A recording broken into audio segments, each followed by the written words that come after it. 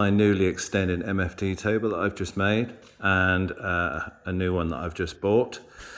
This is how I like to have them now. It works really well, but you've got this problem here of the table moving. You can buy the long bar, which I have slid in there, which I'll move across in a moment to join that. But what I've just made is this bit Heath Robinson bracket, which will slide in there and connect that one. So I'll do that now. I'll pause for a second. So there you go. That's my little bracket I've made, which now holds the table nicely. And as I said, I've put in the other bar, so that now holds my tables nice and tight together in an L shape.